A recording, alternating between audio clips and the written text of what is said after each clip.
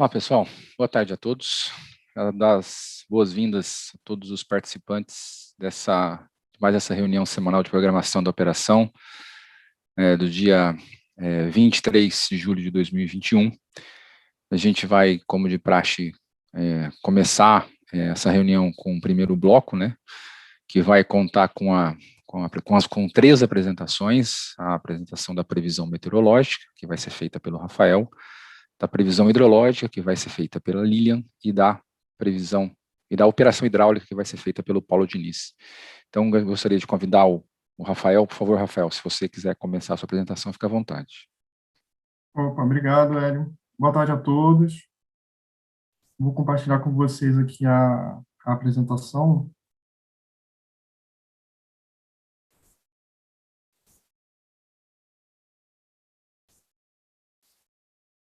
Pronto, então vamos iniciar então com a reunião com a previsão meteorológica.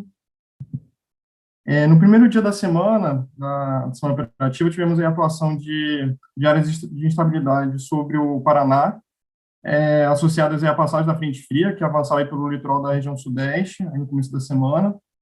Essas áreas de estabilidade, elas ocasionaram precipitação na bacia do Paranapanema, principalmente aí sobre o Tibagi, que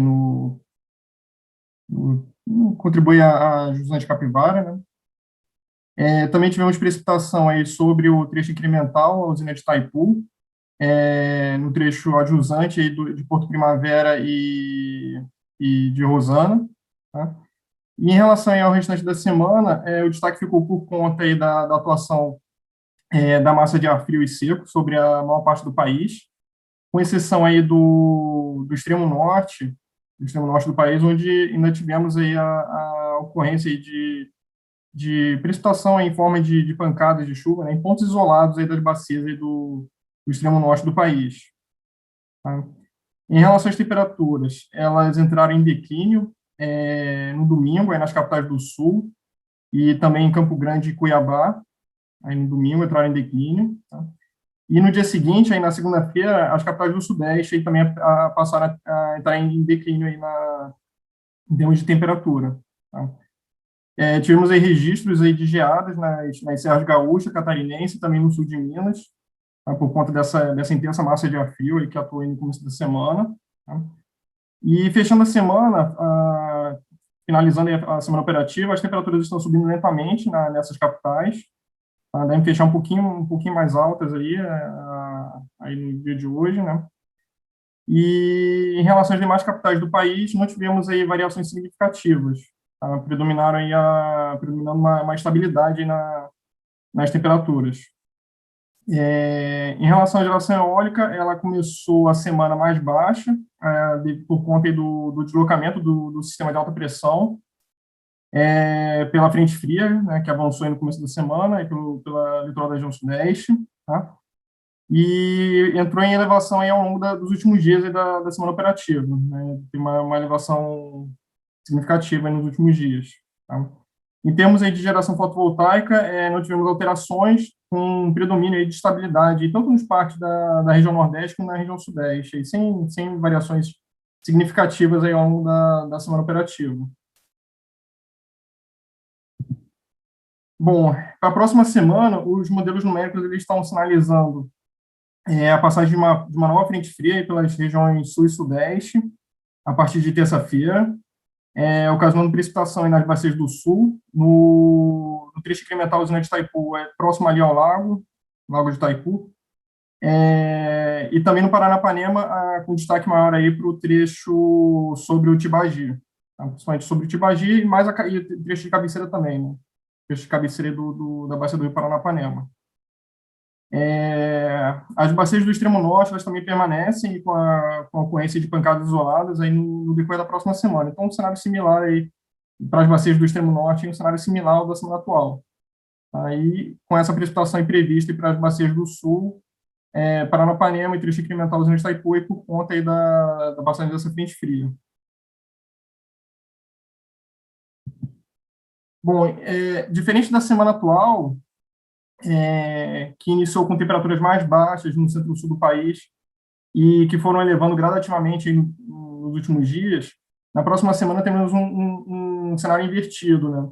As temperaturas elas iniciarão mais elevadas nas capitais do centro-sul do país, começam mais elevadas, e entrarão em declínio acentuado aí a partir da metade final da semana operativa, tá? Devido aí à incursão de uma nova massa de ar frio intensa pelas regiões sul, sudeste, centro-oeste, devendo atingir até a região norte do país, algumas áreas da região norte.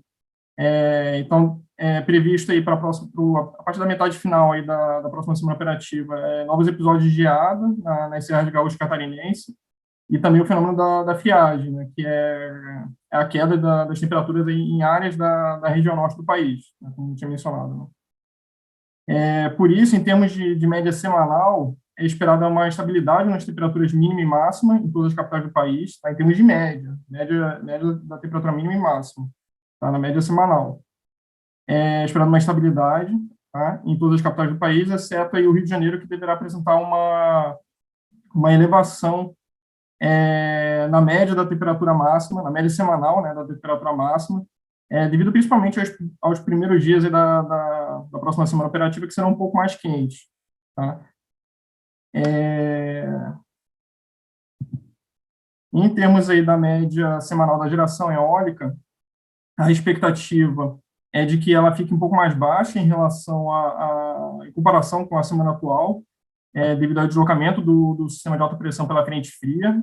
Essa frente ela deve avançar até o litoral sul da Bahia e no fechamento, aí, na transição da próxima semana operativa com a seguinte, né? Então, deve atingir o litoral sul da Bahia entre sexta e sábado, né? Então, e por conta disso, a geração elétrica deve ficar um pouco mais baixa a partir do avanço da passagem dessa frente fria pelas regiões sul e sudeste, né? E o deslocamento do sistema de alta pressão. Então, uma parte da semana aí com a geração elétrica um pouco mais baixa, né? Então, na média, aí, a expectativa de que temos um declínio para a próxima semana. E em relação à geração fotovoltaica, ela permanecerá estável, e com exceção dos parques de São Paulo, que ficaram um pouco mais baixos aí em relação à semana atual, em função do aumento de nebulosidade no interior do estado de São Paulo, e na quarta-feira, a decorrente da passagem da frente fria, aí, conforme ela estiver passando aí pelo estado de São Paulo aí na quarta-feira. Então, esses são os principais destaques aí para a próxima semana. Agradeço a atenção de vocês e me coloco à disposição para eventuais dúvidas que possam surgir. Então, obrigado. Valeu, muito obrigado, Rafael. Dando sequência, então, pedir a gentileza que a Lilian compartilhe e comece a apresentação dela, que vai falar sobre a previsão hidrológica. Lilian, por favor. Obrigada, Hélio.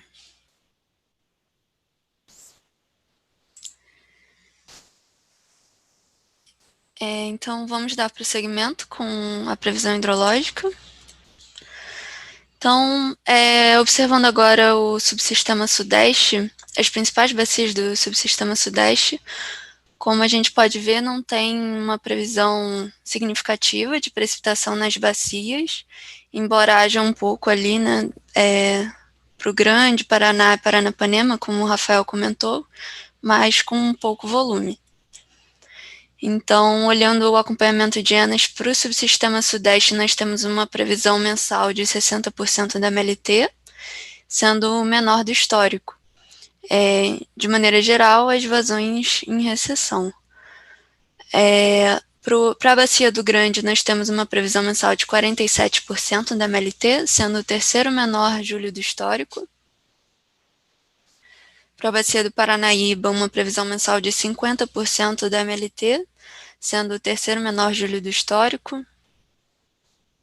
Para o Paranapanema, nós temos uma previsão mensal de 44% da MLT, sendo o 11º menor julho do histórico. Para o Paraná, nós temos uma previsão mensal de 57% da MLT, sendo o quarto menor julho do histórico. Agora, observando a previsão de precipitação para o subsistema Sul, nas suas principais bacias, o Iguaçu e o Uruguai, também percebemos que não é uma quantidade muito grande de precipitação. Então, no subsistema sul, o acompanhamento de ENAs, observamos uma previsão mensal de 44% da MLT, sendo o 18º menor julho do histórico. Para a Bacia do Iguaçu, uma previsão mensal de 35% da MLT, sendo o 17º menor julho do histórico.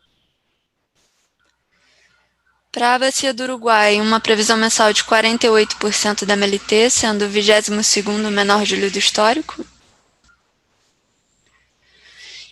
Para o São Francisco e Tocantins, observamos essa ausência também de chuva para a próxima semana.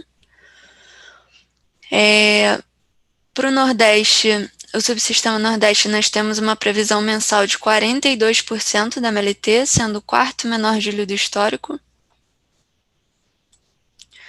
Observando as vazões no trecho médio do São Francisco, que são importantes para a previsão da vazão em Sobradinho, observamos um comportamento bastante estável já ao longo dos dias, assim como também a afluência de Sobradinho. Observando agora a Bacia de São Francisco, nós temos uma previsão mensal de 42% da MLT, sendo o 4º menor julho do histórico. Já o subsistema norte, temos uma previsão mensal de 82% da MLT, sendo o 19º menor julho do histórico. Para a Bacia do Tocantins, a previsão mensal fica em 64% da MLT, sendo o 5º menor julho do histórico. E agora, olhando o panorama geral das bacias do SIM para a próxima semana, temos majoritariamente das bacias alocadas na faixa de abaixo de 80% da MLT, ali com exceção das bacias no extremo norte do país, né, sendo Balbina e Santo Antônio do Jari na faixa acima de 120%, as bacias do Araguari e de Curuaúna, além da bacia de Itabapoana, no sudeste, na faixa de 80% a 120% da MLT. A previsão agora, comparando com as demais previsões feitas no PMO e nas outras revisões, temos o Sudeste nesta revisão 4 com um valor de 60% da MLT, sendo o menor julho do histórico, e também o menor valor previsto para este mês, né, em relação às outras revisões. O Sul, nós temos uma previsão de 44% nesta revisão 4, que é também o menor valor previsto, né, durante esse mês. O Nordeste obteve uma previsão bem estável ao longo das revisões, e nesta revisão 4 ficou com um valor de 42% da MLT. E o Norte com uma previsão para esta revisão 4 de 82% da MLT.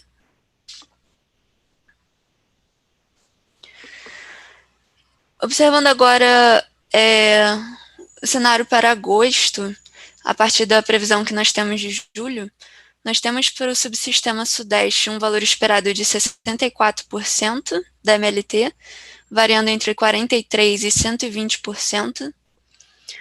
Para o subsistema Sul, o valor esperado fica em 79%, com seu limite inferior de 14% e seu limite superior de 845%. Para o subsistema Nordeste, um valor esperado de 45%, variando entre 32% e 63%.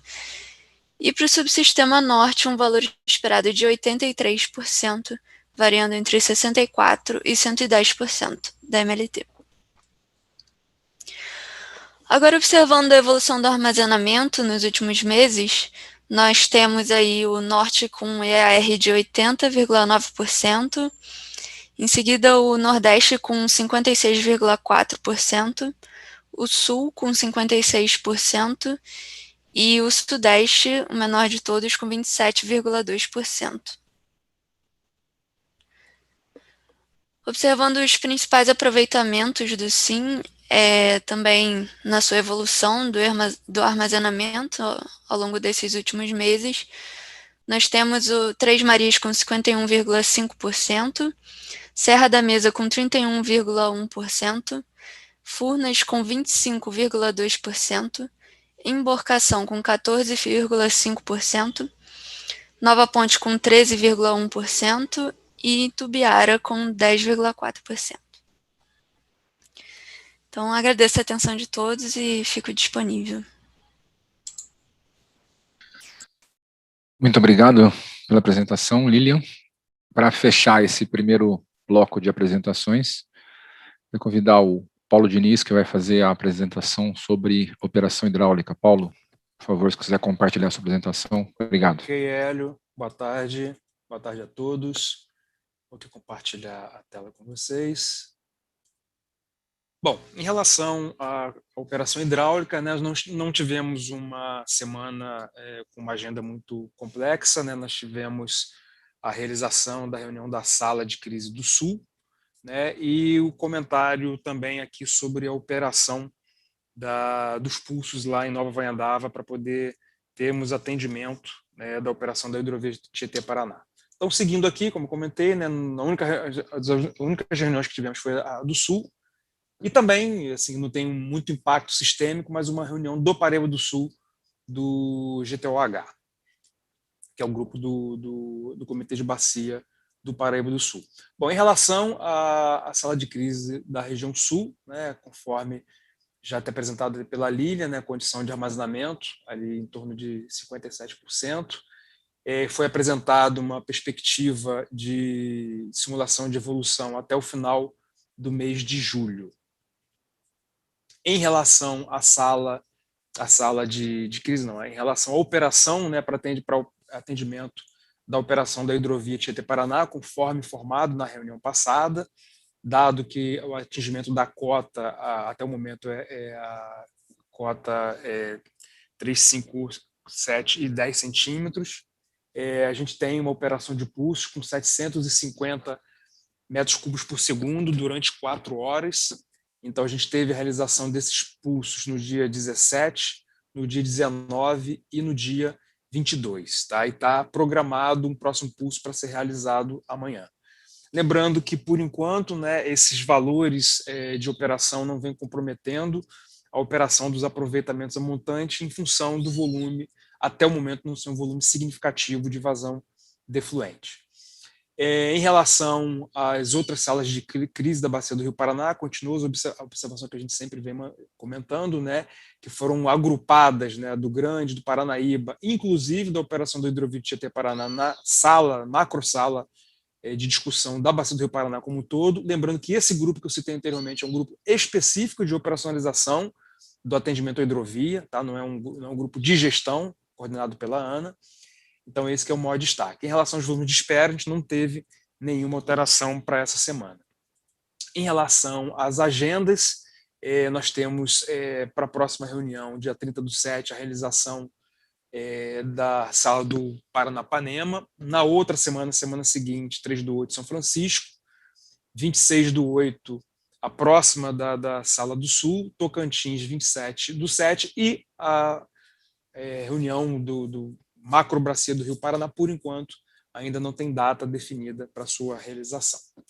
É isso que eu tinha para apresentar, Hélio, fico à disposição.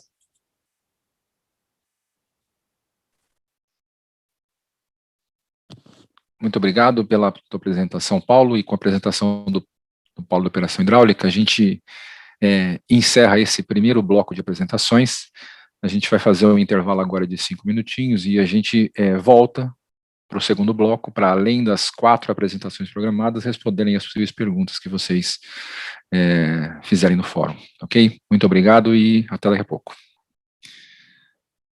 Olá, pessoal, reiterando aí as boas-vindas a todos, né, para quem eventualmente tem entrado um pouco depois do início da reunião semanal, programação de hoje. Vamos dar início, então, ao segundo bloco de apresentações. Nesse bloco a gente vai ter 4 apresentações. Previsão de carga e programação diária.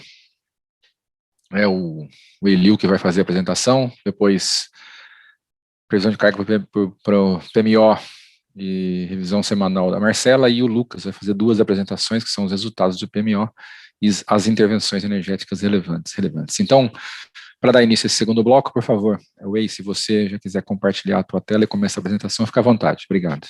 Obrigado, Hélio. Vou compartilhar daqui.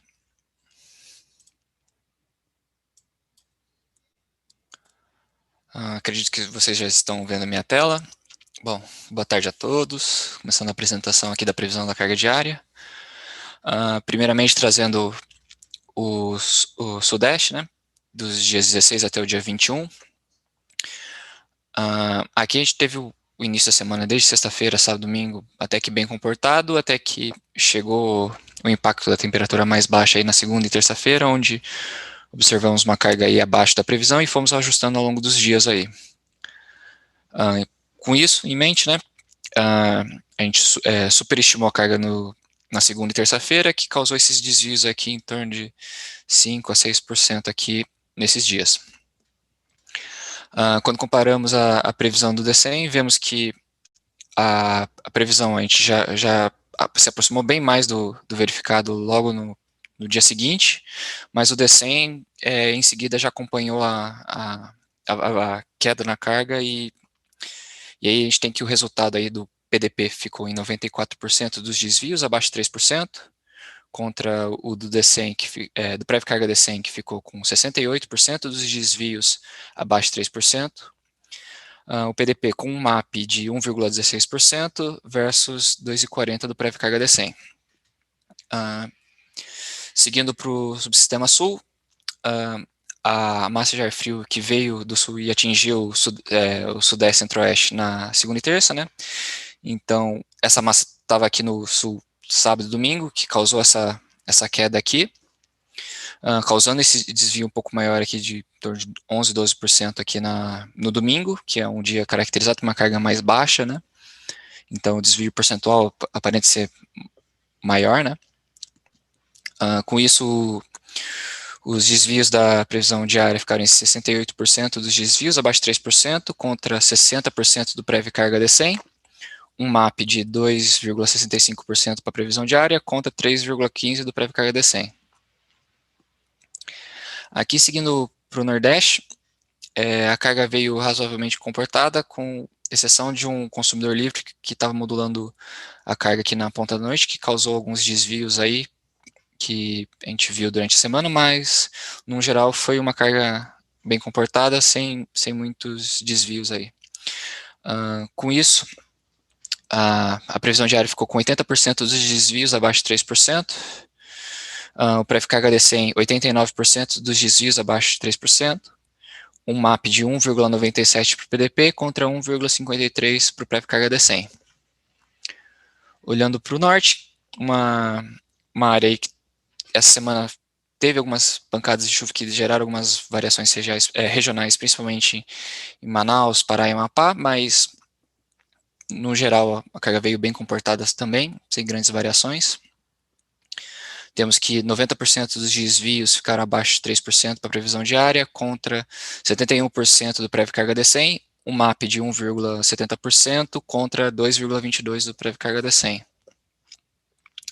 E aí, consolidando todas as áreas, né, juntando todas as previsões, temos a carga do SIM. Vemos aqui que, salvo alguns desvios pontuais aqui de 2,5% aqui, talvez, foi uma semana boa de previsão, sem grandes desvios, e a previsão veio bem ajustada em relação à carga. Com isso, 100% dos desvios da previsão diária ficaram abaixo de 3%, contra 97% do prévio carga DCEM. Um MAP de 0,83% para a previsão diária, contra 1,29% do prévio carga DCEM. Bom, eram essas informações que eu tinha para passar para vocês. Eu agradeço, fico à disposição aí para eventuais perguntas e devolvo a palavra para você, Hélio. Obrigado. A gente que agradece aí pela apresentação. Dando sequência, então, à segunda apresentação desse segundo bloco, eu vou pedir, gentileza, que a Marcela compartilhe a apresentação sobre previsão de carga para o PMO e revisão semanal. Marcela, por favor. Boa tarde, Hélio. Boa tarde a todos.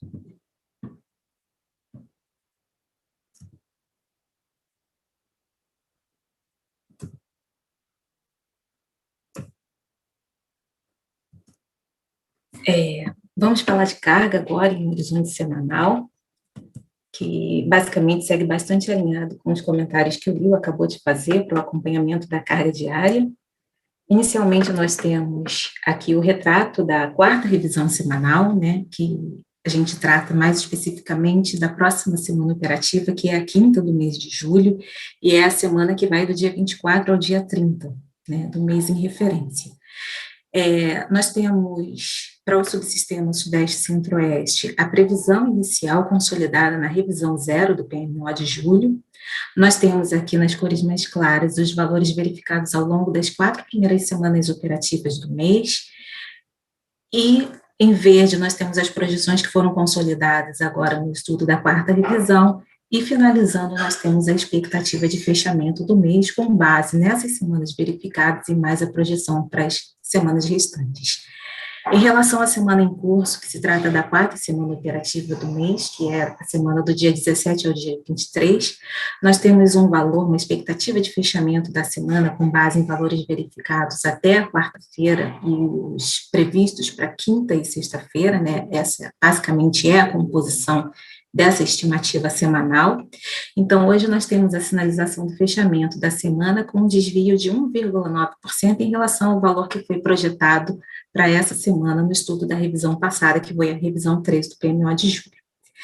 Esse desvio, ele está associado não só a essa semana, mas todas as outras semanas, o comportamento dessa carga mais baixa está associado ao efeito das temperaturas, né, mínimas e máximas que vem ocorrendo nas capitais do subsistema Sudeste e do Centro-Oeste também, como a gente vem falando ao longo das apresentações.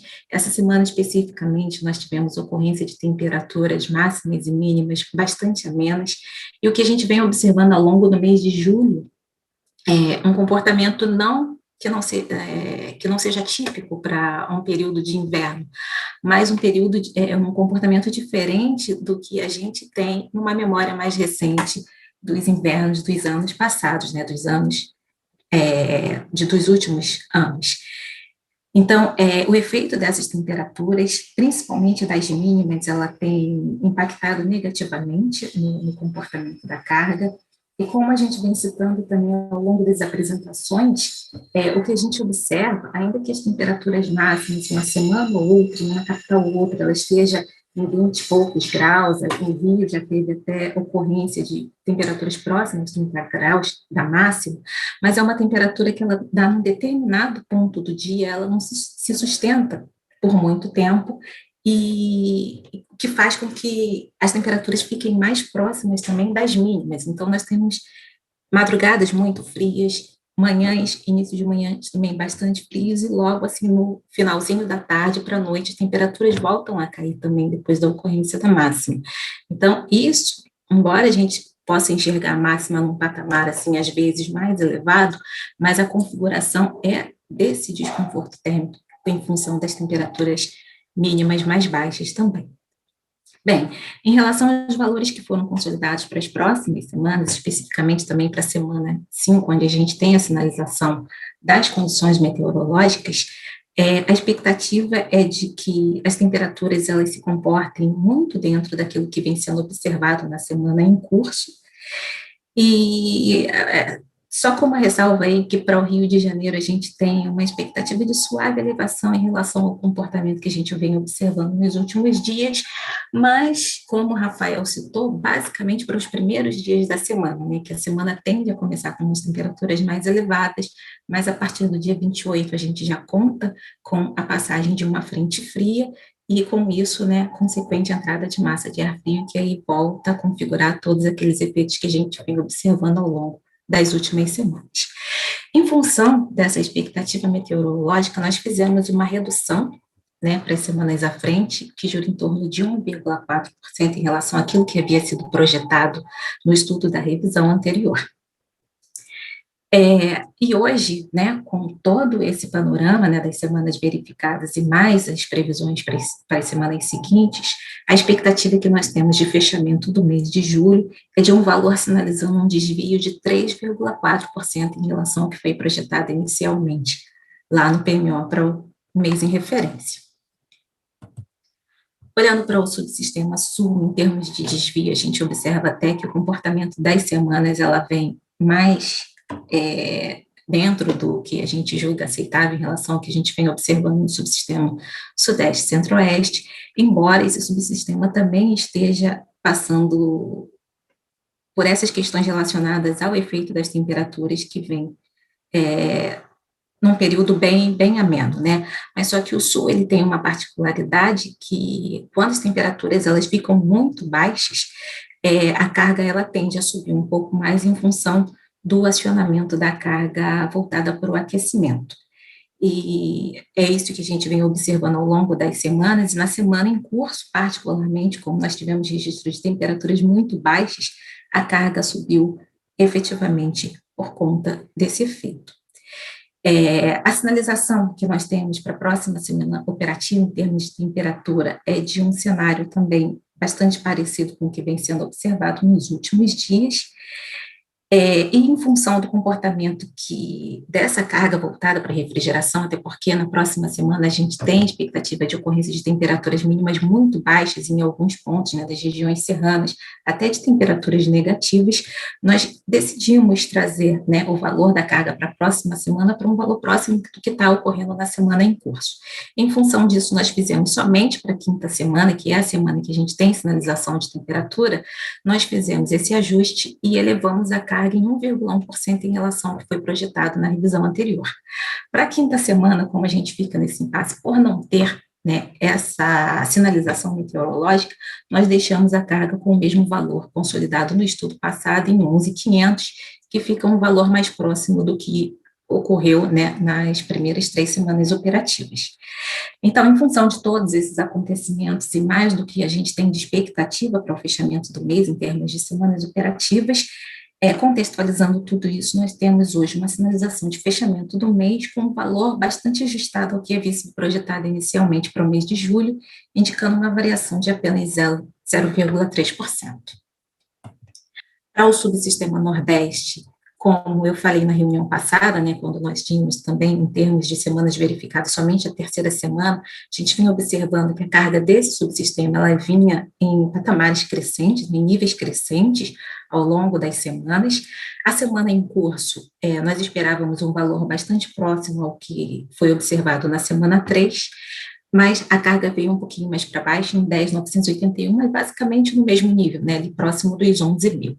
E sinalizando um desvio em relação ao que era esperado para essa semana no estudo da revisão passada, de uma variação de 0,9%, também muito dentro daquilo, carga fechando aí muito dentro daquilo que se era esperado. Para as próximas semanas, para também trazer a carga para o nível que a gente vem observando, principalmente durante as semanas 3 e 4, nós fizemos um ajuste para cima em relação ao que havia sido sinalizado na revisão passada. Nós subimos, então, a quinta semana em 1,6% e a sexta semana em 0,4%, né, e mantendo aí a carga nesse patamar de 11.000. Em termos de condições meteorológicas, tanto para o que vem sendo observado e o que está sendo esperado para a próxima semana, é de manutenção das condições tanto de precipitação e de temperatura em relação ao que vem sendo observado durante todo o período de inverno, né, vamos estar assim, o mês de junho e também durante o mês de julho, né. Essas regiões, tanto o Nordeste quanto o Norte, elas seguem com manutenção das condições meteorológicas. E hoje também, com o retrato dessa quarta revisão, nós temos uma expectativa de fechamento do mês de julho, com o valor sinalizando uma variação de 1,3% acima daquilo que havia sido projetado inicialmente. Para o subsistema Norte, com exceção da primeira semana, né, que foi justificado já em apresentações anteriores, já as demais semanas ficaram aí com um desvio entre 1% e 2%, a semana em curso fechando com uma expectativa de variação de 1,1% em relação ao que foi projetado, a carga aí, pelo menos nas 2 últimas semanas, em torno entre 5.900 e 6.000, a carga deu uma subida também em relação ao que a gente esperava em termos de projeção para a quarta semana operativa, indicando aí um desvio de 1,1%, e de acordo com o que já tinha sido projetado no estudo passado para as últimas 2 semanas operativas do mês, algo bastante próximo ao que a gente vem observando na semana em curso, nós não fizemos nenhum ajuste nas semanas 5 e 6. Por isso, a indicação aqui de variação nula em relação à projeção anterior. Então, com todas as semanas verificadas e mais a projeção para as 2 semanas restantes do mês, hoje a gente tem uma expectativa de fechamento do mês com um valor de 5.912 megawatts médios contra os 5.892 projetados inicialmente no PMO, o que hoje sinaliza para a gente uma variação de 0,3% em relação à projeção inicial. Aqui nós temos o Sistema Interligado Nacional, bastante influenciado pelo comportamento do subsistema Sudeste e Centro-Oeste, né? Então, nós temos aqui as semanas verificando um pouquinho abaixo daquilo que a gente foi projetando, mas nada também muito relevante em termos de desvio. A semana em curso, a expectativa é de um valor 0,6 abaixo da nossa projeção realizada na revisão passada, e em função dos ajustes que foram feitos em alguns subsistemas, principalmente no Sudeste, né, que a gente vem reduzindo a carga em função desses efeitos relacionados à temperatura, as variações sinalizadas para as semanas 5 e 6 são de menos 0,4% e menos 0,8%, respectivamente. E com essa visão, nós temos agora uma expectativa de fechamento do mês, um valor sinalizando uma variação de menos 1,6% em relação à nossa projeção inicial. Aqui nós trouxemos para vocês as ocorrências durante a semana em curso, não tem nada muito diferente, né, para se ressaltar, a não ser a ocorrência das temperaturas, o que já foi citado anteriormente. Essa semana, basicamente, nós tivemos temperaturas bastante amenas, né, não só as máximas como as mínimas também, em função da entrada de atuação de uma massa de ar frio bastante intensa, depois da passagem de uma frente fria, e esse efeito ele tem impactado basicamente, né, mais fortemente nas capitais das regiões Sudeste, Centro-Oeste e Sul. Para a próxima semana, as premissas, nós temos premissas econômicas e meteorológicas. No que tange as premissas econômicas, a gente continua trabalhando com aquele cenário, né, de manutenção do ritmo elevado da produção industrial, como a gente vem citando já há bastante tempo, e associado a isso, nós temos também a recuperação das atividades dos setores de comércio e serviços, né, que são setores que concentram 70% do emprego gerado no país. Então, esses 2 fatores, eles vêm impactando bastante no desempenho da carga ao longo dos últimos meses, e mais particularmente ao longo do mês de junho. Em termos de previsões de sinalizações meteorológicas que nós temos para os próximos dias, que é a semana de 24 a 30, é de manutenção mais ou menos do quadro observado em quase todo o país, né? O Sudeste e o Sul com ocorrência de temperaturas amenas, em função da passagem dessas frentes e dessa atuação de massas, né, de ar frio que a gente vem observando ao longo do período de inverno. E em termos das capitais dos subsistemas Norte e Nordeste, as sinalizações, como eu também já citei, é de manutenção das condições que vem sendo observada ao longo dos últimos 2 meses, né, das semanas operativas também. A gente continua com as mesmas condições de temperatura e precipitação, o que não é nada diferente do que se é esperado para essa época do ano. Bem, essas eram as informações em termos de revisão semanal.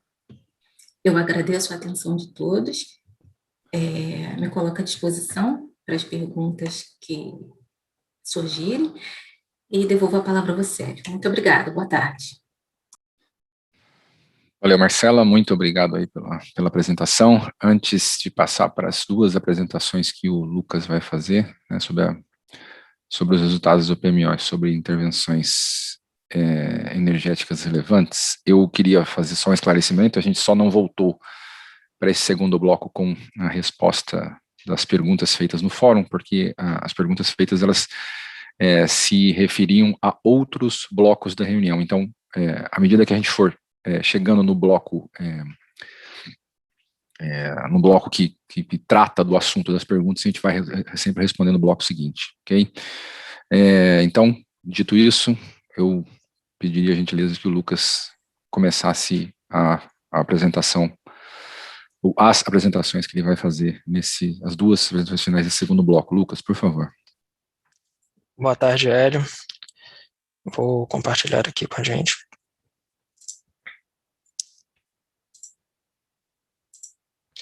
Boa tarde a todos que nos acompanham nessa reunião semanal.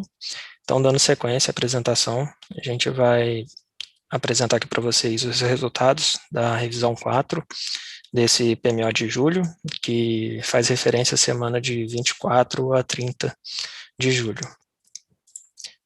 Iniciando, então, com os destaques dessa revisão, nós temos 2 despachos, né, o despacho número 2.183 e o despacho número 2.197, ambos do dia 16 de julho, liberando por tempo determinado a operação comercial da UG1 e da UG4 da UTE William Arjona, né? Então, está liberado desde o dia 17 de julho até o dia 31 de julho. Soma-se, então, com esses 2 despachos, aproximadamente 72 megawatts de disponibilidade para o UTE William Arjona, juntamente com os 2 despachos já liberados na última revisão, totalizando um pouco mais de 140 megawatts. Entrando, então, de fato, nos resultados, né, do DECOMP para essa revisão, nós temos aqui os custos marginais, né, de operação. Nós podemos perceber que todos os subsistemas ficaram equalizados. O patamar de carga pesada encontra-se no valor de R$ 1.275,95 por megawatt-hora, patamar de carga médio R$ 1.268,24 e no patamar de carga leve R$ 1.196,58 por megawatt-hora. Esses valores, né, trazendo para uma média, a gente chega ao valor de R$ 1.239, o custo marginal, o que apresenta também uma elevação comparada com a semana anterior, na casa de R$ 130 por megawatt-hora. Nós podemos perceber que também, nesse bolotário, o atingimento dos limites de intercâmbio entre os subsistemas, e para essa revisão a gente teve o atingimento apenas da FNESE, tanto no patamar de carga pesado, médio e leve, mas na leve apenas no conjuntural. Como já tinha antecipado, né, a gente teve uma elevação aí de aproximadamente R$ 130, comparado à última revisão, e aqui a gente consegue analisar de forma um pouco mais aprofundada o que realmente trouxe o impacto, né, qual foi a maior contribuição para essa elevação. Como a gente pode perceber, né, a atualização das vazões teve a maior parcela desse aumento, e também teve uma boa contribuição da disponibilidade das usinas nesta revisão. Então, saímos do valor de médio de 1.109 para o valor médio de 1.239. Agora, sobre a geração térmica, né, nós temos aí um despacho indicativo na casa de 16 gigawatts. Isso representa, né, uma elevação em um pouco mais de 1,5 GB referente à última revisão. E a gente gosta também de destacar que esse como eu disse, é um despacho indicativo, uma vez que o despacho, por ordem de mérito das usinas térmicas, ele é feito diariamente pelo modelo D100. Para as usinas AGNL, nós tivemos o despacho antecipado por ordem de mérito para a semana de 25 de setembro até o dia 1º de outubro. Então, como a gente pode ver, o benefício das 3 usinas, né, Santa Cruz, Luiz R. Melo e Porto Sergipe 1, ficaram acima do seu CVU. Com isso, elas se configura o despacho antecipado por ordem de mérito para todas elas. Passando agora pela evolução dos armazenamentos dos subsistemas, a gente vê que o Sudeste ele vem tendo uma leve queda no decorrer do mês, e ele parte agora nessa revisão de 26,8%. Há uma previsão de terminar o mês em 26%, e no segundo mês, né, referente ao mês de agosto, onde nós ainda estamos lidando com os cenários, tem uma pequena dispersão aí entre 20,5% e 25,4%.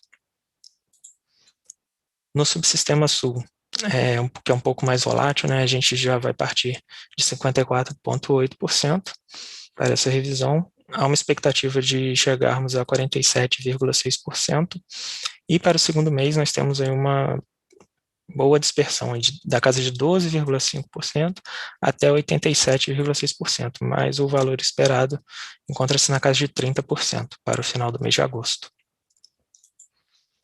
O Nordeste segue andando um pouco de lado, tendo uma leve queda, parte então nessa revisão de 56,4%, espera-se chegar ao fim desse mês de julho em 54,6%, e para o final do mês de agosto uma pequena variação aí da casa de 49% até 51%. Para o subsistema norte, nós partimos de 80,6%, esperamos chegar em 80% ao fim do mês, e também temos uma pequena variação para o mês de agosto, de 73,8% a 76,6%. Recebemos as ofertas de importação de energia, né? Recebemos tanto dos agentes Eletrobras e Enel, vindo do Uruguai, né? São 4 blocos de cada agente, totalizando cada agente a oferta de 285 megawatt médio, com os valores variando de R$ 962,21 por megawatt-hora até R$ 1.784,62 por megawatt-hora na Eletrobras, e a oferta da Enel indo de R$ 959,81 por megawatt-hora até R$ 1.778,66 por megawatt-hora. Já as ofertas vindas da Argentina, a Enel nos encaminhou 5 blocos, totalizando 2.200 megawatt médios de oferta para a próxima semana, e os valores indo de R$ 938 até a casa de R$ 1.514 por megawatt-hora. Entrando então, dando sequência, agora a gente vai passar pelas intervenções energéticas relevantes para essa próxima revisão, né? Relembrando que vai de amanhã, sábado, dia 24, até a próxima sexta, no dia 30. Os critérios de relevância que nós adotamos, né, para trazer essas intervenções aqui são intervenções em unidades geradoras que alterem os limites sistêmicos e intervenção em unidades geradoras de grande porte. Começando então pelo subsistema Sudeste e Centro-Oeste. Na usina hidrelétrica de Água Vermelha, na UG 3 e 4, nós temos uma parada programada para o período do dia 24 ao dia 25 de julho, para que seja feita a correção de uma falha na lógica de sincronismo dessas unidades. Para Itaipu, nós temos 2 manutenções preventivas, né, mensais. No setor de 50 Hz, na UG5, nós temos essa parada programada para o dia 25 até o dia 26 de julho, e no setor de 60 Hz, na UG17, o período será do dia 26 ao dia 27 de julho. Seguindo ainda no subsistema Sudeste e Centro-Oeste, para Ilha Solteira, nós temos a parada programada do período aí de 26 a 30 de julho, na UG 15 e 16. Nós temos uma substituição dos TCs da UG 16, e para a segurança desse serviço, nós vamos ter um desligamento diário na UG 15. No subsistema Sul, na UHE Governador Jaime Canet, na UG1, nós temos para o dia 24/7 uma manutenção preventiva programada. Para o subsistema Nordeste, em Xingó, na UG6, nós temos serviços gerais na unidade geradora e no transformador elevador, programados do período de 29 de julho até 28 de agosto. E no subsistema Norte, na UHS Serra da Mesa, nós temos uma manutenção programada para o dia 25/7, na UG3, e em Lajeado, na UG4, uma manutenção preventiva anual programada para o período de 26/7 a 1º de agosto. Na UHE Estreito, na UG7, nós temos uma inspeção bienal programada para o período de 26 a 31/7. E na UTE Mauá 3, nós temos na UG1 uma manutenção preventiva programada de 24 a 25 de julho, e na UG3 uma restrição de geração do ciclo combinado, devido à manutenção comentada na UG1. Encerro aqui então a apresentação, fico à disposição para eventuais dúvidas e devolvo a palavra para você, Hélio. Muito obrigado. Valeu, Lucas. Muito obrigado pelas 2 apresentações. Agora então a gente segue para o para o intervalo entre esse segundo e o terceiro bloco. E na volta, a gente volta respondendo algumas perguntas pertinentes a esse bloco. Para as duas apresentações do terceiro e último bloco dessa reunião semanal de programação. Ok? Até já. Pessoal, dando início então a esse terceiro bloco, a gente vai começar com as perguntas que chegaram no fórum. De novo, as perguntas que não forem respondidas nesse momento, enviadas e não forem respondidas nesse momento, vão ser respondidas nos blocos pertinentes e agora no terceiro, início do terceiro ou final do terceiro bloco, ok? A primeira pergunta que tem aqui para ser respondida agora, no início desse terceiro bloco, é a pergunta da Thalita, da Ecoenergia Comercialização. Ela pergunta se o INS se tem possibilidade do INS solicitar a manutenção da vazão de efluente máxima de Xingó em 2.500 metros cúbicos por segundo nos meses de outubro e novembro, mesmo com um sobradinho abaixo dos 40%, dadas as condições energéticas desfavoráveis nesse período. Para responder essa pergunta, vou pedir a ajuda do Paulo Diniz, por favor, Paulo. Ok, Hélio. Boa tarde, Thalita. Bom, Thalita, sua pergunta é sobre a possibilidade, né, de solicitação do ONS em relação a essa operação de Xingó, outubro, novembro. A possibilidade, ela existe, tá, Thalita? Só que nesse momento, né, estamos agora no final de julho, né, e é uma avaliação sistêmica aí de outubro, novembro, ou seja, a partir de outubro, a gente não tem como afirmar em relação a essa demanda, tá? Mas que há possibilidade, sim, há possibilidade. Valeu, Paulo. Obrigado aí pelos esclarecimentos. Nada. Vamos seguir aí com mais duas perguntas. Eu vou fazer as duas juntas e a Márcia vai nos ajudar na resposta. As perguntas são do Tiago, da Steam Energia Comercialização, e do Lúcio, do Santander Comercialização. Eu vou ler as duas, Márcia, e depois você pode responder as duas juntas. O Tiago diz que os valores de carga utilizados pelo INS no cenário prospectivo atual, publicados na NT sobre avaliação das condições de atendimento eletroenergético do Sistema Interligado Nacional, estudo prospectivo de julho a novembro de 2021, é um cenário proveniente dos estudos da segunda revisão quadrimestral da carga? Essa é a primeira pergunta do Tiago. E a pergunta do Lúcio. Ele diz que ontem foi divulgada a NT de avaliação das condições de atendimento eletroenergético do SIM. Nesse estudo foi apresentado um aumento da projeção da carga. Podemos considerar que a mesma premissa na revisão quadrimestral da carga? Então, Márcia, por favor, se você puder ajudar a esclarecer tanto a pergunta do Tiago quanto a do Lúcio. Boa tarde, Lúcio, Tiago. Na realidade, essas projeções que foram utilizadas no prospectivo, elas referem-se às projeções elaboradas para o PDE 2031, né, o cenário alto que o PDE 2031, né, está utilizando lá.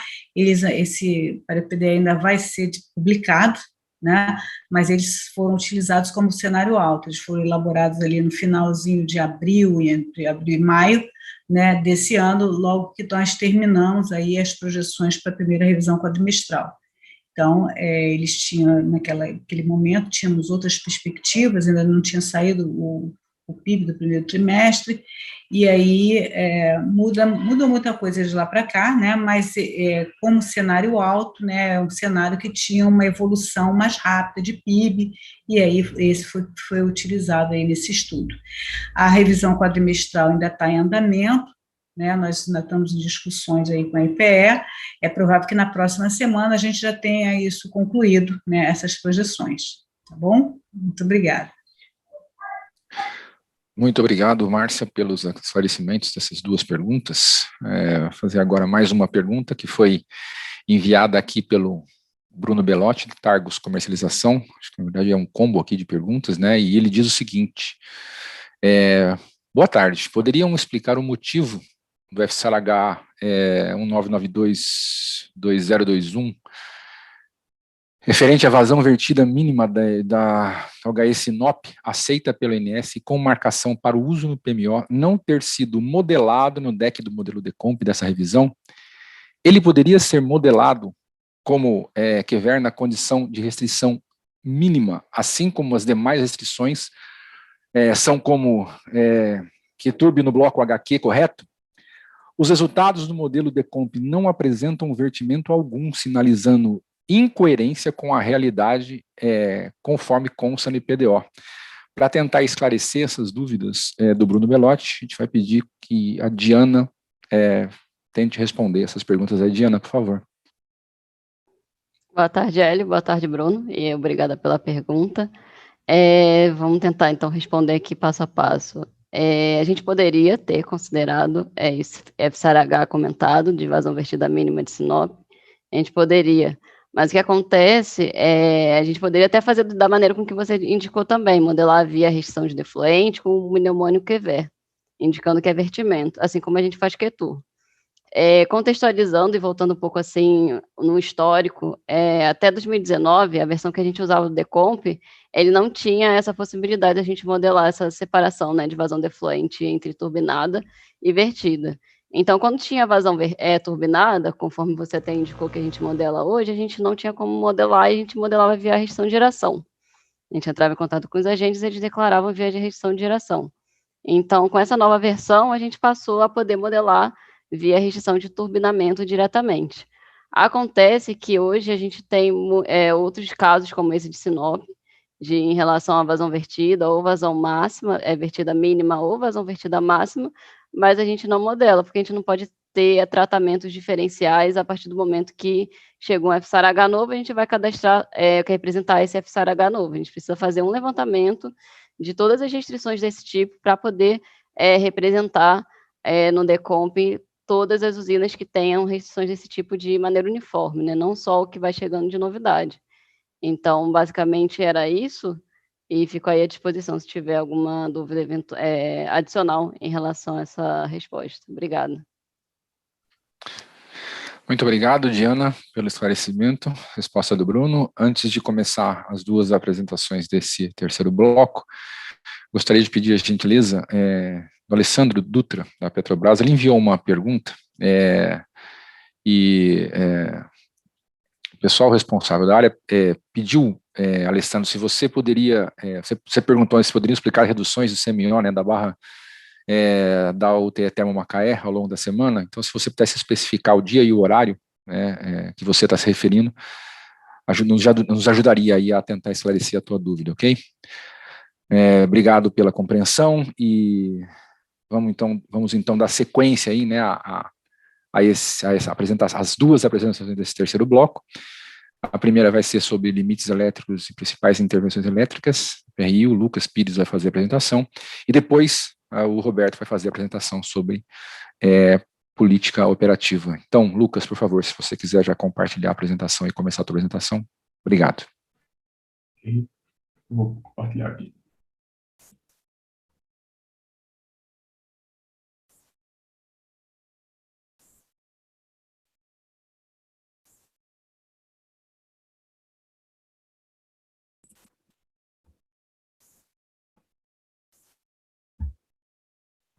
Boa tarde a todos. Em continuidade, aqui, vamos apresentar a parte de limites elétricos, né, com impactos na programação e as principais intervenções com restrições eletroenergéticas, né, para o período de 24 até o dia 30 agora, de julho. Iniciando aqui pela área Nordeste-Sudeste, da semana, haverá uma liberação da linha 500kV Arinos 2, Pirapora 2, no domingo agora de 25, entre 0 hora e 5 horas da manhã, para um rodízio de fase dos reatores da linha. E para que, durante essa liberação, o sistema suporte dinamicamente a perda de linha 500kV nas interligações Norte-Nordeste, Norte-Sudeste ou Sudeste-Nordeste, a gente deve programar e manter as seguintes restrições: um recebimento Sudeste-Centro-Oeste de até 6.500 e um fluxo Nordeste-Sudeste de até 3.300, que é no cenário Nordeste exportador, que é o que estamos vivenciando.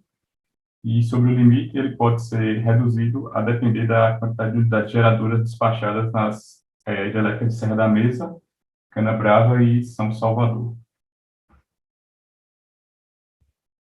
Seguindo aqui agora na área Nordeste, teremos a liberação da linha 500kV Parnaíba 3, Tianguá 2, será realizada na quarta-feira, dia 28, das 8 horas até as 17 horas. Também para um rodízio de fase dos reatores da linha e para que o sistema suporte contingência de linha de 500 kV na interligação Norte-Nordeste, devemos programar e manter uma expansão Nordeste de até 6.500 no período da liberação. Indo agora para a área do elo de corrente contínua de Itaipu 50 Hz, temos a liberação do circuito 4 da linha Foz do Iguaçu e Biúna, iniciando no domingo, 1º de 0 hora até 17, e a atividade é a substituição de esferas de sinalização nos cabos para-raios e também substituição de isoladores quebrados em determinadas torres. E, durante esse desligamento, considerando a atual cenário eletroenergético e as perdas e restrições analisadas e existentes no elo corrente contínua, a transferência desse elo deverá ser limitada em até 2.500 megawatts no período. Na sequência, teremos uma atividade bem semelhante, agora só que no circuito 3, que vai se repetir nos dias 27, 28 e 29, no período de 7h15 às 16h45, também para a substituição de esferas de sinalização aérea de cabo para-raio em determinados vãos de torre. E a restrição é a mesma, né? A manutenção da transferência de potência do LCC limitada a 2.500 megawatts. E, finalmente, na sexta, também semelhante, um retorno para o circuito 4, uma liberação de 7 às 17, com uma atividade semelhante também de substituição de sinalização aérea, e com a mesma restrição no período do LCC limitado ali a 2.500 megawatts. Então, pessoal, por hoje as intervenções eram essas. Fico à disposição aí para qualquer dúvida e passo a palavra para o Hélio. Valeu, Lucas. Obrigado aí pela tua apresentação. Seguindo então com a segunda apresentação desse terceiro e último bloco de apresentações, passar a palavra para o Roberto, que vai fazer a apresentação sobre política operativa. Roberto, por favor. Obrigado, Hélio. Boa tarde a todos. Espero que estejam todos bem. Deixa eu compartilhar aqui a apresentação.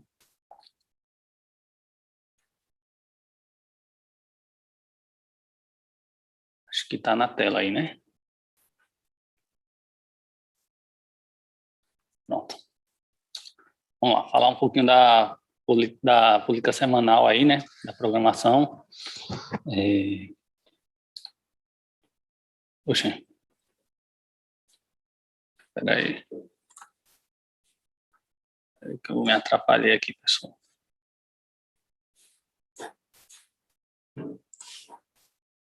Política operativa. Bom, vamos lá.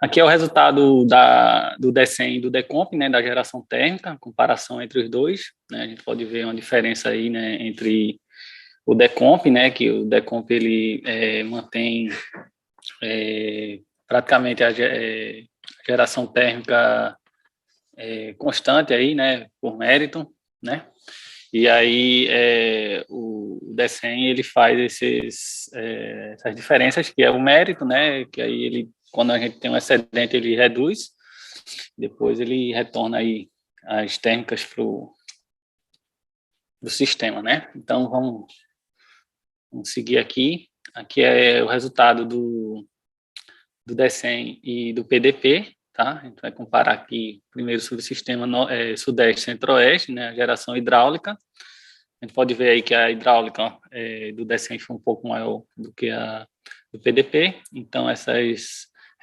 diferenças aí é mais para o ajuste, né? De compatibilização de diretrizes e política operativa, tá? Com o objetivo aí de fazer o controle do armazenamento dessas bacias, tá? Conforme autorizado aí pelo CMSE. Já a geração térmica, a gente pode dizer que foi praticamente igual, né? Tendo ali algumas diferenças, alguns dias, mas em função de declarações de disponibilidade dos agentes, né? E garantia energética, segundo as diretrizes aí do CMSE. Já no sistema Sul, a gente pode ver também aí uma diferença, né, das hidráulicas, né? Então, isso é necessário para compatibilizar as diretrizes, né? E a política operativa. E as térmicas, a diferença aí é justamente devido à garantia energética autorizada aí pelo CMSE e da térmica Pampa Sul, que não é simulada no DECEM. Tá? No Nordeste, a gente vê que nos primeiros dias ali da semana, a gente teve o PDP maior do que o DECEM, né? E depois a gente teve o DECEM maior que o PDP. Isso aí foi em função das eólicas do Nordeste, né, que no começo da semana elas vieram baixo, né, e depois, ao final da semana, elas aumentaram substancialmente, tá? Então, e a geração térmica, aí justamente veio maior, né, no começo da semana, de acordo com o que foi dito anteriormente, com as hidráulicas, né, e ao final a gente teve que reduzir devido ao excesso aí de energia aqui no subsistema Nordeste, tá? O Norte, né, praticamente as hidráulicas tiveram algumas diferenças, né, que é aprender limite de transmissão e unicometismo hidráulico, né, e compatibilizar a política.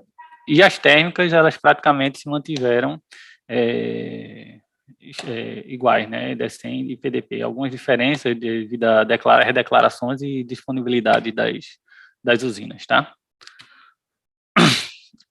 Intercâmbio internacional, a gente pegou apenas intercâmbio do Uruguai, tá, na faixa aí dos 550 megawatts, mais ou menos, tá? Da Argentina, a gente não importou nada. Seguindo aqui para o balanço semanal da programação, a gente pode ver que a carga do SIM ela girou em torno aí dos 65.490, né? Os intercâmbios Norte, Nordeste enviando possível aí para o Sudeste, né? E o Sul também enviando para o Sudeste. E a importação ali do Uruguai, né? De 561 médios, né? Vamos seguir aqui. Aqui a gente pode ver por subsistema as fontes utilizadas, né? No Sudeste a gente pode ver que as hidráulicas aí sendo utilizadas mais praticamente para atender ponta aí, né? No Sul a gente vem utilizando mais, a gente pode ver as hidráulicas aí bem alta ali no valor da ponta e exportando, né? Acima ali da curva de carga. O Nordeste a gente pode ver que a gente teve uma semana de eólica, né? De renováveis aí bem alta, né? Com as hidráulicas ali ajudando a mandar e as térmicas também maximizadas nos momentos que o limite permitiu, né? E no Norte também aí predominantemente as hidráulicas enviando aí, né? Vamos seguir aqui. Aqui a gente pode ver esse quadrinho mostrando aqui o mérito, né? Total do SIM foi 2.628, a inflexibilidade 1.052 e a garantia energética 1.620. E o unicometismo é 26 no SIM, tá? Teve uma razão elétrica no Nordeste aí de 1 megawatt. Aqui a gente pode ver o resultado do CMO, né? Comparado aí DECEM e DECOMP, né? No subsistema Sudeste a gente vê os picos aí do CMO na carga pesada, né?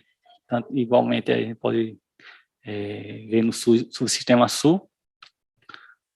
No Nordeste, o CMO, devido ali ao excedente de energia, a gente tem uma redução, né, desse valor, a mesma coisa no Norte, tá? Aqui a gente pode ver os CMOs por barra, né? A gente tem ali algumas barras que tem um CMO mais elevado, né? Aqui em Patinga, Mesquita, e uns menos elevados ali lá, né, em Macapá, né, Ferreira Gomes. Tá? Vamos apresentar agora aqui o resultado do CMO por barra do dia 23, tá? Foi através do Blockspot, né, onde aqui a gente vai trabalhar com mediana, né, com o primeiro e o terceiro quartil, os máximos e os mínimos e os outliers, né?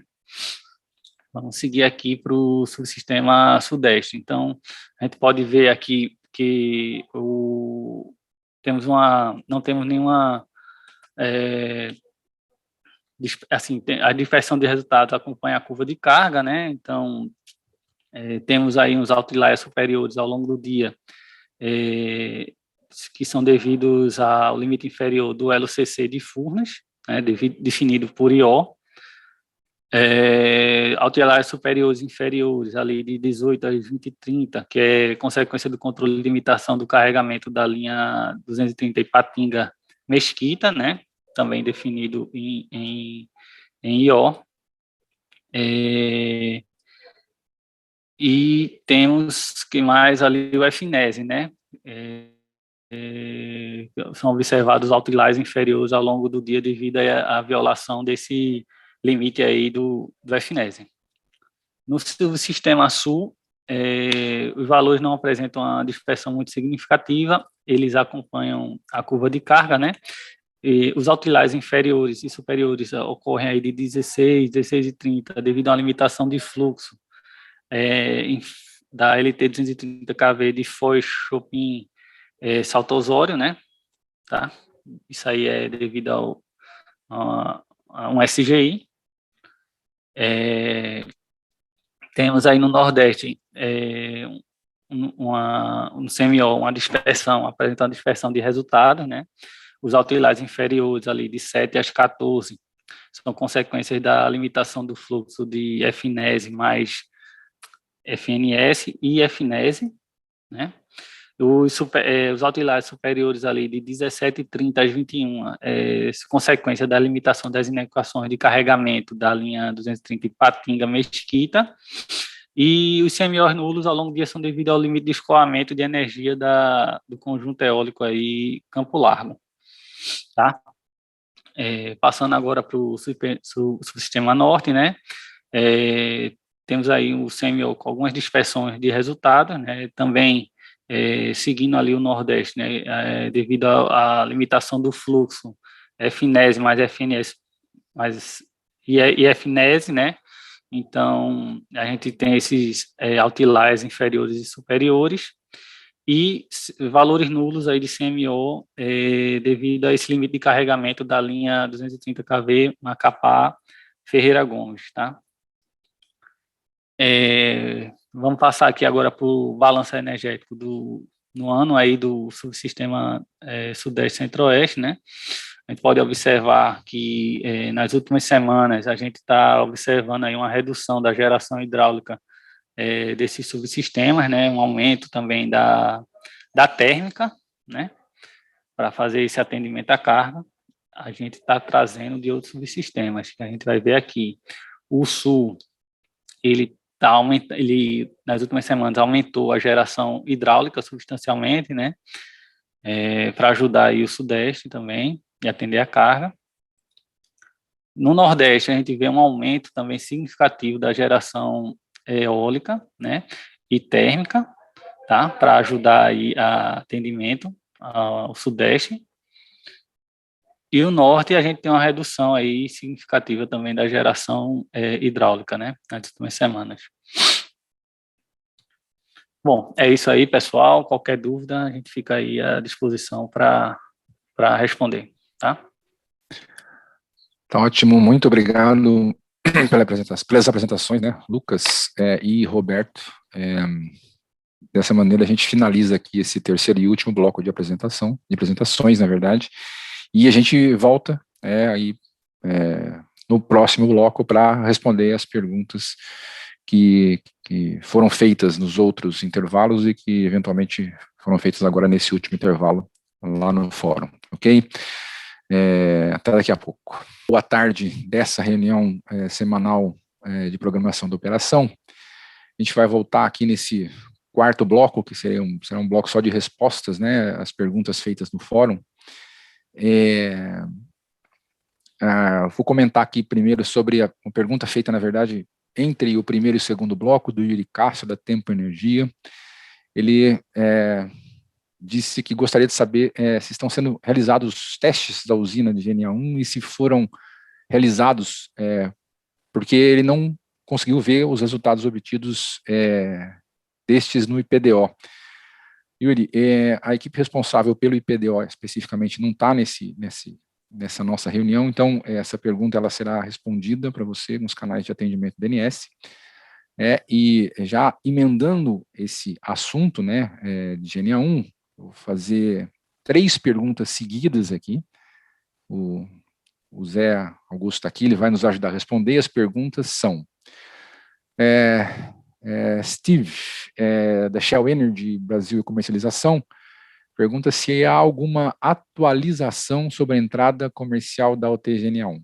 O Gabriel Godinho, a Nova Energia Comercializadora, ele pergunta se possui alguma atualização da previsão de entrada em operação comercial da UTGNA1, fala sobre especificamente a previsão do agente, previsão da reunião de ontem do DMSE, e o Leonardo Gomes, ele, da Matrix de Geração, ele pergunta se há alguma expectativa de antecipação da UTGNA1 para o mês de agosto, e caso positivo, para quando?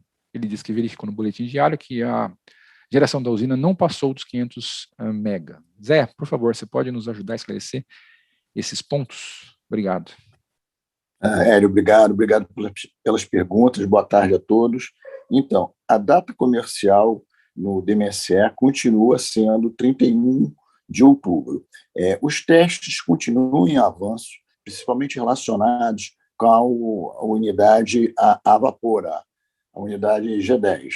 Ela é uma unidade que tinha dado problemas em algum momento, havia alguns problemas relacionados com vibração do eixo.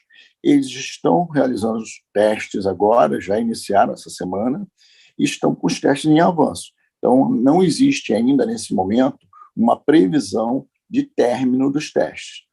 A última previsão que nos deram era 14 de agosto, mas essa data foi, digamos assim, está sendo avaliada ainda em função desse avanço, como eu disse para vocês. A máquina ela está sendo ajustada e não tem uma previsão ainda de fechamento dos testes. Então, é isso. Os testes continuam em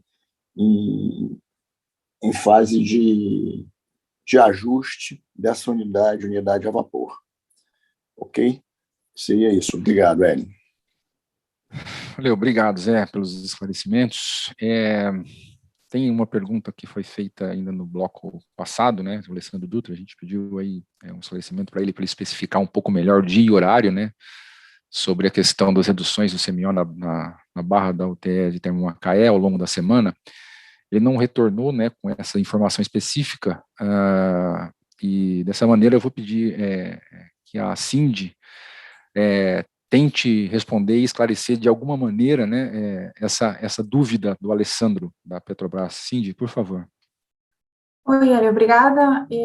Alessandro, obrigada pela pergunta. Assim como o Hélio comentou, né, se faz referência à redução de CMO da barra UTE de Termomacaé ao longo da semana, então a gente tentou mais ou menos identificar esse comportamento que você indica, né, então nós analisamos rapidamente o dia 17, 20 e 23, né, da semana, pegando 3 dias aleatórios.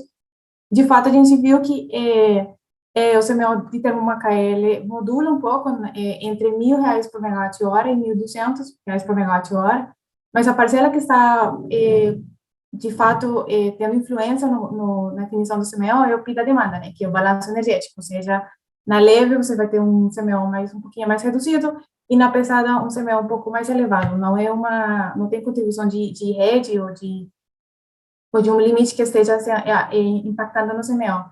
Se por acaso você quiser complementar a tua pergunta e talvez para a gente conseguir te responder melhor, eu peço que você mande a pergunta para o primeiro relacionamento com os agentes. Obrigada, Hélio. Valeu, Cindy. Obrigado aí pela tentativa de esclarecimento. Aí a pergunta do Alessandro.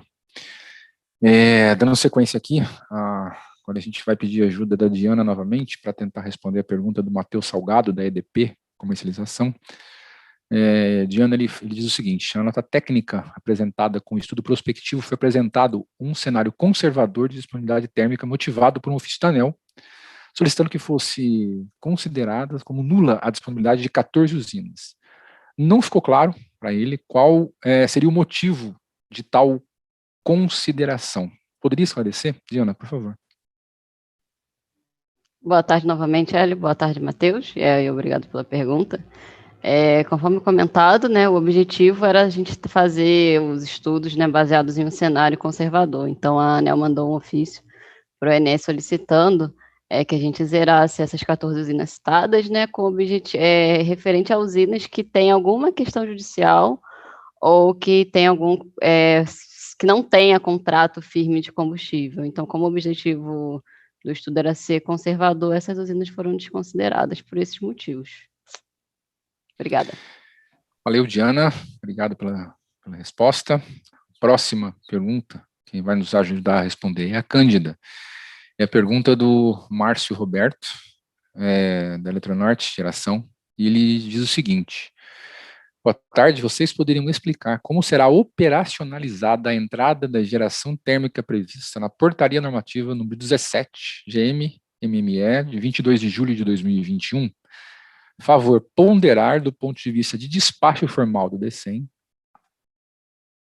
vai ter abatimento de carga, estabelecimento do preço PLD-CMO, possível uso via pós-DECEM, abatimento de alguma geração específica, de alguma usina hidráulica com baixa ENA, efeitos no GSF, e ele aguarda as nossas explicações. Cândida, por favor, você poderia ajudar a esclarecer as dúvidas do Márcio?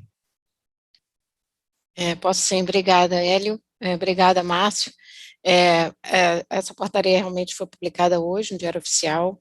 O INS deve publicar também as instruções para operacionalização dela. E uma coisa que eu já posso adiantar é que ela não entra no modelo DECEM na formação de preço. Tá? Ela não vai entrar. Então, não vai ser operacionalizada pelo modelo DECEM. E os maiores detalhes a gente vai tentar esclarecer nesse documento que a gente vai publicar. Tá? Ainda não tem data para isso. Tá? Obrigada. Valeu. Cândida, obrigado aí pelos esclarecimentos. Só para a gente fechar aqui essa reunião semanal de programação, tem um comentário, na verdade, né, uma dúvida, um comentário da Lídia Silva, da CEMIG, e ela diz que gostaria de saber se comentaram algo sobre a nota técnica ONS-TPL 0081-2021, mais especificamente sobre a divulgação dos limites de intercâmbio em N-1. Lídia, não foi comentado nada especificamente sobre esse assunto, né, nessa reunião semanal de programação. Se você tiver alguma outra dúvida, quiser algum esclarecimento sobre isso especificamente, a gente pede, gentileza, que você entre em contato com o relacionamento dos agentes, para a gente tentar sanar aí as suas dúvidas, né, de maneira mais específica, ok? Dessa forma, pessoal, a gente está encerrando aqui, né, essa reunião semanal de programação da operação de hoje, né, dia 23 de julho. A gente agradece a todos os participantes, a todas as perguntas enviadas, né, e a gente se encontra de novo na semana que vem, no PMO, e desejo a todos aí uma semana, uma boa e saudável semana, ok? A gente se vê nos próximos fóruns, ok? Obrigado, pessoal, boa tarde a todos e bom trabalho.